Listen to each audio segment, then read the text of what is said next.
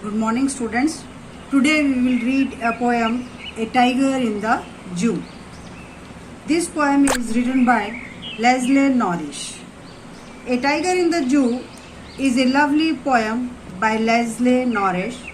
This poem contrasts a tiger in the zoo to the tiger in its natural habitat.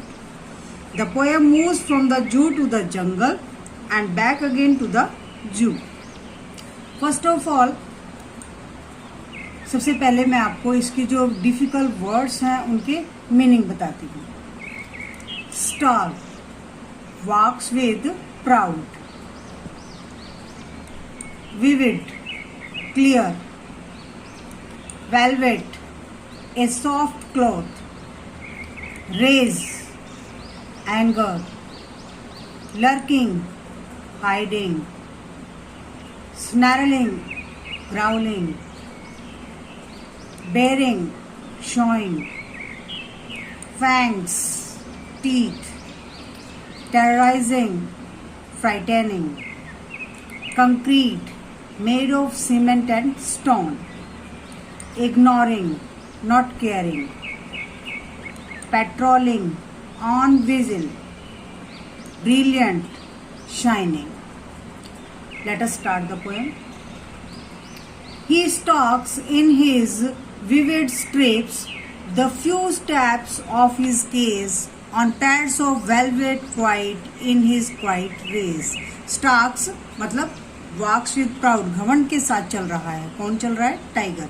यहाँ कवि जू में जो टाइगर है, केस के अंदर बंद है, उसके बारे में बता रहा है कि वो उसकी धारियां जो है वो स्पष्ट दिखाई दे रही हैं. Vivid, clear. स्ट्रिप्स कहते हैं धारियों को.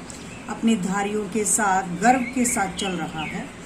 ऑन पैड्स ऑफ वेलवेट का मतलब है उसके पांव जो है वो बिल्कुल क्या है? सॉफ्ट है, वेलवेट की तरह है एकदम. और शांति से चल रहा है. क्वाइट मतलब शांति से. इन इज क्वाइट रेज, लेकिन वो गुस्सा भी है. क्यों? क्योंकि वो पिंजरे में बंद है. अब कवि अपनी कविता को मोड़ देता है और लेकर जाता है जंगल में, जहाँ जो टाइगर का नेचुरल हैबिटेट है. He should be lurking in shadow. उसे छाया में छुपा हुआ होना चाहिए. Sliding through long grass, लंबी लंबी घास के बीच में. Near the water hole where plump deer pass, और ऐसे पानी के स्रोत के पास जहाँ पर मोटा हिरन आता है, यहाँ से मोटे हिरन पास होते हैं, गुजरते हैं. He should be snarling around houses. उसे एट द जंगल्स एज, जंगल के किनारे पर जितने भी घर बसे हुए हैं, जितने भी गांव हैं, वहां उसे क्या करना चाहिए? ग्राउलिंग, गुर्राना चाहिए. बेरिंग हिज वाइट फेंग्स, अपने सफेद दांतों को दिखाते हुए, अपने पंजों को दिखाते हुए. टेरराइजिंग द विलेज, और गांव के जो लोग हैं उन्हें डराना चाहिए. अब पोएम को मोड़ देते हुए कवि कहाँ लेकर आता है उसको? फिर से जू में लेकर आता है, जहां पर वो पिंजरे में है. But he is locked in a concrete cell. वो कहाँ बंद है? एक सेल में बंद है, एक जेल में बंद है. हिज स्ट्रेंथ बिहाइंड बार्स, उसकी जितनी भी शक्ति है, ताकत है, वो सारी कहाँ है? पिंजरे के अंदर है, पीछे है. Stalking the length of his cage, अपने पिंजरे को नापता हुआ चल रहा है, यानी जितनी पिंजरे की लेंथ है वहां तक चल रहा है.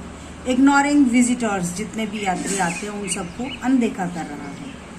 He hears the last voice at night, और रात की आवाजों को सुन रहा है. द पेट्रोलिंग कार्स, आने जाने वाली गाड़ियों की आवाजों को सुन रहा है. And stairs with his brilliant eyes at the brilliant stars, अपनी चमकदार आंखों के साथ घूर रहा है सितारों को. यहाँ बताया गया है कि वो अपनी आज़ादी के बारे में सोच रहा है, और सोच रहा है कि वो आज़ाद होता तो अपने गांव में जितने भी जंगल है वहाँ जाता और वहाँ आज़ादी से घूमता फिरता, क्या क्या करता. वो उन सभी बातों के बारे में वो सोचता रहता है. यहाँ कवि ने इम्पोर्टेंस दी है फ्रीडम को. अगर आपको मेरी वीडियो पसंद आए तो लाइक कीजिए, शेयर कीजिए, कमेंट कीजिए. Thank you.